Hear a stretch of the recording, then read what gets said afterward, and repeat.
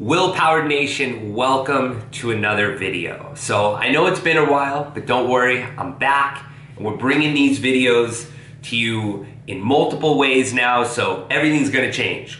Pure content all the time, every Friday, just like you were used to. So anyway, let's get straight to this. Here's what I wanted to hit you guys with this week. I'm gonna give you guys 7 tips for eating healthy and focusing more on health during the holidays. I'm not gonna sit here and feed you guys a bunch of crap like a lot of other people do. Hey, here's how you burn fat. Hey, here's how you lose weight. Hey, here's the secret sauce. Hey, here's the secret pill. Look, the whole purpose, the whole reason any of you would actually even click on this video to watch it is because you know every holiday season, every fall season, it's a juggling act.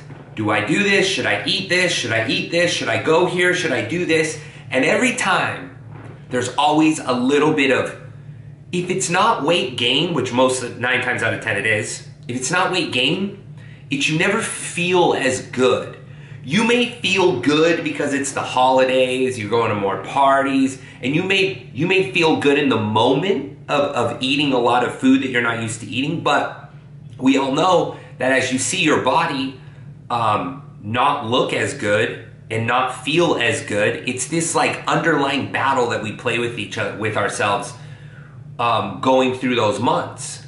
So December, January, those are typically the biggest months. So I'm gonna give you guys 7 tips, like realistic tips. Not, you know what's so crazy? Is I'll do a lot of research, right? And I'll see like what are people talking about in the industry? Because I want to bring you guys like good stuff. So I'm looking, seeing what people are talking about, and I see doctors and certified nutritionists giving tips in like magazines and these big time articles, and they're saying things like, don't overeat, tip number 1. Tip number 2, stop eating when you're full. That's tip number 3. Don't eat sugar. Tip number 4. Don't eat fried foods. Tip number 5. Drink more water. Tip number 6. Exercise more. Like literally, what a waste of time. And I'm sorry I even wasted your time saying those things. Why can't people just give content that is easily absorbable? Like what I'm gonna give to you guys right now. So let's go right into it.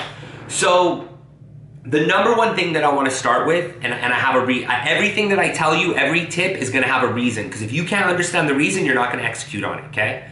So think about this. Tip number 1, using some type of tracking system, okay? MyFitnessPal to track macros. Maybe you have some other app that tracks your food. Maybe you're writing it down in the notepad of your phone. Something to track during the holidays. I'm gonna tell you why. Is that a lifestyle? No, but I'm gonna tell you why.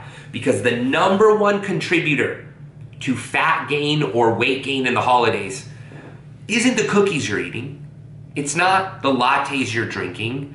It's not the Christmas parties. It's one thing: overconsumption. That's it. If you eat, it's this simple. If you overeat what your body requires for that day or that week, your body just takes whatever is over the requirement, over the threshold, and it converts that into fat, or it tries to get rid of it, or if it's not very healthy food, it tries to detox it out. But it has to do something with it. So macros, tracking macros, or doing something like that, what it allows you to do is it allows you to eat if you want to eat treats, if you want to go to a Christmas party, if you want to have a latte, it allows you to balance the foods without over consuming, because you could only eat a certain amount, right? So regardless of what that is, the overconsumption cannot happen. It physically cannot happen. Now, could you still eat very bad food and make an unhealthy environment inside your body? 100%. But you won't overconsume. So I want you guys to understand what the number 1 reason is for any type of weight gain in the holiday is overconsumption, which is why tracking the overall intake, whether that's macros, calories, whatever the case may be, will help prevent you from doing that. Now, maybe you don't want to do that. Cool. Here's tip number 2. Gut health. Why is gut health important in the holidays? Well, think about this. Do you feel that during the holiday seasons, do you feel more bloated? Do you feel slightly heavier? Even if the weight's not changing, do you feel heavier? Do you feel like you're dragging? Do you feel like you're just carrying more weight? Do your joints hurt? Do you get more headaches? Do you have more brain fog? Do you feel bloated in your stomach? Do you feel like, what's a good word? All of those symptoms, right? Do you ever feel that in the holidays? I do. I know 9 out of 10 people do. Here's why. Because of your gut. Because during the holiday months, we tend to consume more lower quality foods, right? Things you don't have control over. When you're going to a Christmas party, you're going out to dinner, you're going over to a friend's house, you're not in control of the ingredients that are being used. So it can throw the homeostasis of your body off a little bit. So let's say even if you're not over consuming, you could have been going through a state for 4, 5, 6 months prior where the quality level was a lot higher. So now, even if it's the same intake, you're bringing in less quality things, little snacks here, little drinks here, whatever the case may be. Your body is trying to regulate its homeostasis. That regulation of quality versus poor quality happens in the gut. So your gut health contributes to the way that you feel, okay? Your gut health also has a direct correlation to your immune system. Why do you think more people get sicker during holiday seasons? Because they're putting in poor quality food during that time, which has a direct correlation to gut health, which has a direct correlation to your immunity. Okay, does that make sense? So even if you're gonna eat these things or have some type of balance, and maybe you're not gonna overconsume, what I can recommend to you is a digestive enzyme before you're eating. It's gonna help you break down carbs, fats, and lactose, things like that. Or taking some type of probiotic. Even if you're just doing it for the winter months, right? This is never gonna change. These winter months are never gonna change for you, odds are. Now you may change your lifestyle as you go on, but a lot of these scenarios aren't. So if you can incorporate something like this temporarily and it helps you, then that's something you can do for a lifestyle. So digestive enzymes and a probiotic for your gut health and your immunity, okay? Number 3, here's one that most of us overlook. This is probably the most overlooked tip for the holidays. Accountability. Regardless of what you do, regardless of what program you're on, what personal trainer you have, whatever your thing is, accountability is the number one thing that gets people through the holidays successfully, okay? Because what happens during the holidays, we get more distracted. Your kids are doing more things. You're getting invited to more parties. You're doing more events. It's the joy of holidays, whatever the case may be. Work tends to get busy. It's towards the end of the year. You're hitting deadlines. You're doing this, you're doing that. So our consistency with whatever we're doing tends to diminish. Consistency and compliance diminishes naturally during the holidays. So what better way to balance that out than something that doesn't have to do with your food or your exercise, and it has everything to do with another person in your life? Accountability. Get a best friend. Get a friend at work, a coworker, a family member, somebody at the gym, maybe your coach. Get on a team. Be a part of a group. Be a part of an accountability group. That's why our programs are so successful, because of our accountability groups. But you can do this with anybody, and you could say, hey, let's make a commitment to each other. We are gonna work out 3 days a week together for all of December, no matter what. Shake on it, boom. We are gonna eat, maybe it's in your house, maybe it's your spouse, or maybe it's your kids, I don't know. We are gonna eat X amount of healthy meals no matter what through the month of December. Have some accountability with somebody. It is one of the easiest ways to have a successful, healthy fall or winter subconsciously, because you know it's there. You know somebody else is depending on you. We tend to let ourselves down all the time, but we have a hard time letting other people down, especially people that we care about. Number 4, I'm gonna try to keep this video to 15 minutes. Number 4, when you're going out somewhere to eat, maybe it's dinner, maybe it's a Christmas party, maybe it's an event, maybe, I don't know. Usually these happen in the fall or the winter time or during the holiday time, right? If you know that you have to go and you have not made it a priority, you are not overly concerned about the food that is there. That is not the purpose of your experience, whatever this event is. But you know it's going to be there, and you know that's typically one of your downfalls, right? When they have appetizers out or finger food or drinks or whatnot. Here's what we tend to do. This is our first thought. Okay, I have this party tonight, this Christmas party, I got this thing today. So I'm not going to eat so that I can eat the food later, right? So I don't overconsume. That actually ends up being worse for you because you deprive your body, which becomes very sensitive, and it goes into like a starvation, like a panic mode. So then when you do eat, all it wants to do is convert that food into fat, because fat is insulated energy. So if you ever make your body starve and put it in this position where it thinks it's starving, it will turn the tables on you. And the things that you do consume, it will not metabolize them for energy. It will metabolize them to store energy, and stored energy is fat. Okay?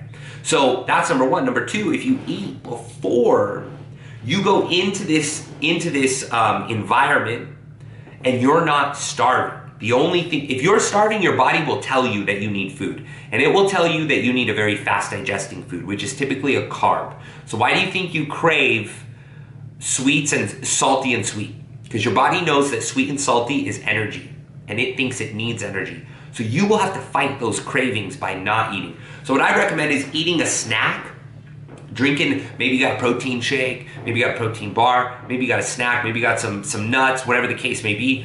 You can eat that before, maybe an hour before you eat a meal, or you snack on your way there. I promise you, the decisions, your cognitive ability to choose what you're gonna do, maybe not eating a giant 4 pieces of something and just eating 1, or instead of having 5 drinks, you have 2, or instead of snacking for an hour, you just have 1 or 2, because you're not going in there hungry, okay? So, number five, this is a cool thing just to think about on a subconscious level. So once you absorb what I'm about to say, even if you don't think about it, it might live on the subconscious, which it may come out at some point and you will laugh. So, the law of diminishing returns, okay? Now what that means is, I'm gonna use it in a reference to food. So, they've done research for a long time, and the law of diminishing returns when it comes to food states this. And you could tell me if this is false. Think about the best donut you've ever had, okay? Or the best food you've ever had, but we're gonna use donuts because most of us like donuts. So let's say the best donut, right? The best donut in the world. Man, you eat that donut, it is so good. You're sitting there telling yourself, man, this is the best donut I've ever had. Now, you eat another one, and you eat another one. And these donuts are good, they're melting in your mouth, you can't get enough, and you eat another one, and you eat another one, and you eat another one. Well, if somebody were to say, you have to eat 100 donuts, what would happen is as you got to those later numbers, say, I don't know, 12, 15, 20, 30 donuts, the donut would actually taste terrible. You would actually start gagging from eating the donut. Taste-wise, the same donut that 20 minutes before was the best tasting thing in the world. It's the same exact donut, nothing has changed. This is the law of diminishing returns. Your body knows that it's over-consuming something, and it can change how it tastes. The first bite never tastes like the last bite for the majority of anything. Anything that you eat, even a dish that you go and eat at dinner, or even when you eat pizza. If you would eat the whole pizza, the first slice always tastes better than the last one. So that is the law of diminishing returns. So when you think about that, you think about those times that you overconsume. Maybe Thanksgiving you overconsumed a little bit. Maybe at a Christmas party, maybe here, maybe there. Whatever the case may be, when you know in your head that the food, you're never gonna not have that food again. So there's no point in over-consuming and binging on that food, because if you binge, the second half of that binge really isn't worth it, because it doesn't even taste the same. So why do it? It's not like you're never gonna be able to have access to it again. So anyway, think about that. We're already at 15 minutes. I got a couple more. Number 6, when you're exercising, if you don't have a lot of time to exercise, you're gonna have to do a little Google research on this. Sometimes I give you guys some homework. Compound exercises. Just Google compound exercises. Compound exercises have the highest metabolic response. What does that mean? It means that when you do compound exercises, you will burn calories for a longer period of time after the workout is complete, okay? If you don't do compound exercises, your metabolic rate will not be as high. Therefore, you will not burn as many calories throughout the day. So, if you know you're gonna overconsume in the fall or the winter, right? And this is where your exercise is here, and you switch it up. All right, I'm gonna hit more compound exercises, and I'm gonna do high intensity interval training, either on my off days or right after I do compound exercises. High intensity interval training also has a benefit of post-exercise metabolic something. I think it's called EPOC or something like that. Anyway, what it means is that your body will burn more calories throughout the day because of the intensity that you put on it during the HIIT training. So, if you were to take your workout schedule that you have now or shorten it because you're so busy during the holidays, and you fill those workouts with compound exercises, and you're going pretty heavy, and you're doing some HIIT training, you're gonna have an amazing post-exercise calorie burn, which is going to help consume some of those additional calories that you're gonna eat anyway. Back to the balancing, right? Overeating versus undereating. We wanna be in that homeostasis. Okay, tip number 7. Low intensity cardio. Some of you have heard about this. Some of you do this. Steady state cardio is another form of it. What is the benefit of it? It's really, from a fat loss and a weight loss perspective, low intensity cardio is beneficial for one thing: burning pure fat. How can you maximize that? I'm gonna tell you. Doing it fasted. What does that mean? That means you do it when you wake up in the morning. It doesn't mean you sit around for hours and then go do cardio. It means relatively close to when you wake up, you do a cardio session, and it's low intensity. So what does that mean? Low intensity means you're going at an intensity where you could comfortably hold a conversation, but you could be sweating lightly, right? Light sweating still can hold a conversation. Heart rate probably in the low 100s. If you do that fasted, because you are going at a low intensity, your body wants to burn a fuel source that is slow burning. That correlates. Slow burning fuel sources are fat. Carbs are fast burning fuel sources. So, if you put your body in a state in the morning without any food in its system, then it wants to burn, because it's low intensity, a slow burning fuel. Now, why do it fasted? Because if you don't, your body's naturally gonna wanna burn the easiest thing to burn first, which is carbs. So when you do steady state cardio and you've eaten before, your body will burn through carbs before it starts to get into its fat stores or the fat that it's broken down as food. If you do it when you wake up with no food in your belly and you're fasted, then chances are your body will use body fat as fuel. So you can do that on your off days, you can do that once a week, whatever the case may be. Maybe you do that and you don't work out. Anyway, it can help you. So I hope you guys got a lot of good information, took some notes. Maybe you'll watch this again. Tried to keep it under 20 minutes. I know our attention spans are small. Please comment below. Let me know your feedback. Let me know if you've tried any of these. If you have any other tips, please put them below so we can all benefit. If you have a question for me, please tag me or mention me in the comment so I can answer you. You may be seeing this in the Willpower Nation Facebook group. Please bring friends, family, anybody into the group. It's open to the public. It is just private, but it's open to anybody. Please bring people in. The more people we have in here, the better. The more we learn in the comments threads. Or you could be watching this in our new email thread. We now have a Willpower Nation newsletter. It's gonna go out every Friday at 6 a.m.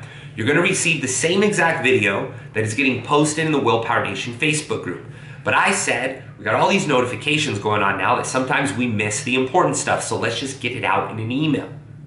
So you may be subscribed. If you're not, please subscribe to our Willpower Nation newsletter. We're also gonna put announcements in there. We're gonna put a breakdown of this video. We may put some transformations. Who knows what we're gonna put in there, but we're gonna promise you content. And this is something that you can get as an email every Friday. It's gonna go out at 6 a.m. Pacific Standard Time. So this is something, you could open it up at your desk. You could pop your headphones in and listen, take notes, get on Facebook, comment, whatever the case may be. I just wanted to provide an easier way for you guys to watch these videos. So, anyway, I will see you guys in the group. Thank you for watching, and there will be another video next week. Thank you.